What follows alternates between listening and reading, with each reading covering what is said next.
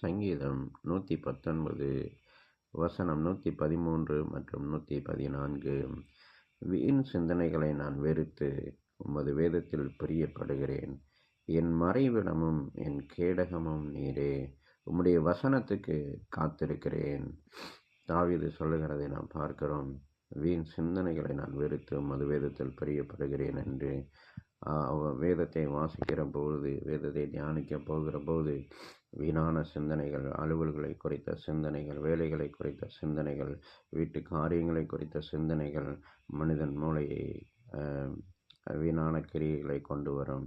ஆனாலும் நாம் வீண் சிந்தனைகளை வெறுத்து உமது வேதத்தை நான் பிரியப்படுகிறேன், உமது வேதத்தை தியானிப்பேன் என்று சொல்லுகிறதை நாம் பார்க்கிறோம். 97ஆம் வசனத்தில் கூட நாம் பார்ப்போம். உமது வேதத்தில் நான் எவ்வளவு பிரியமாயிருக்கிறேன். நாள் முழுதும் அது என் தியானம். நாள் முழுதும் அன்றைய வார்த்தையை தியானித்து கொண்டிருக்கிற தாவீதை நாம் பார்க்கிறோம்.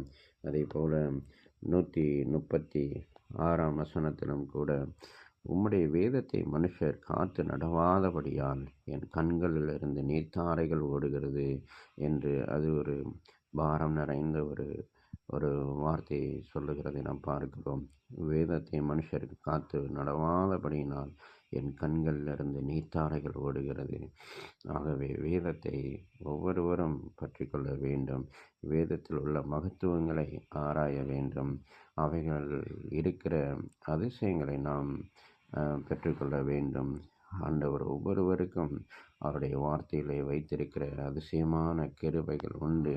ஆகவே தாவீது அவைகளை பிடித்து கொண்டு அவரை மகிமையாய் பூமியில் வாழ்ந்ததை நாம் பார்க்கிறோம். ஆண்டவராகவே அவரை ராஜாவாக ஏற்படுத்தி ஜனங்களை வழிநடத்தத்தக்கதான கிருபைகளை கொடுத்தார். ஆண்டவரை தாவீதை போல ஆண்டவரை எப்பொழுதும் அவருடைய வசனத்தை தியானிக்கவும், எப்பொழுதும் அவரை நம் கண்முன் நிறுத்தவும், எப்பொழுதும் அவரையே பற்றி கொண்டு நடக்கவும் நாமும் ஒவ்வொரு நாளும் பிரயாசப்படுவோம். தேவன் ஒவ்வொருவரையும் அவர் வழி நடத்த, பாதுகாக்க, அவர் பலப்படுத்த அவர் வல்லமையுள்ளவராக இருக்கிறார். அவரையே நாம் உறுதியாய் பற்றி கொள்வோம். அவரையே நாம் பற்றி கொள்வோம். அவரையே நாம் பிடித்து கொள்வோம். அவர் சமூகத்தை முன்வைத்து நாம் நடப்போம். அவர் பாதுகாத்து உங்கள் ஒவ்வொருவரையும் நடத்துவாராக. ஆண்டவர் உங்கள் ஒவ்வொருவரையும் ஆசீர்வதிப்பாராக. ஆண்டவர் உங்கள் ஒவ்வொருவரையும் ஆசீர்வதிப்பாராக.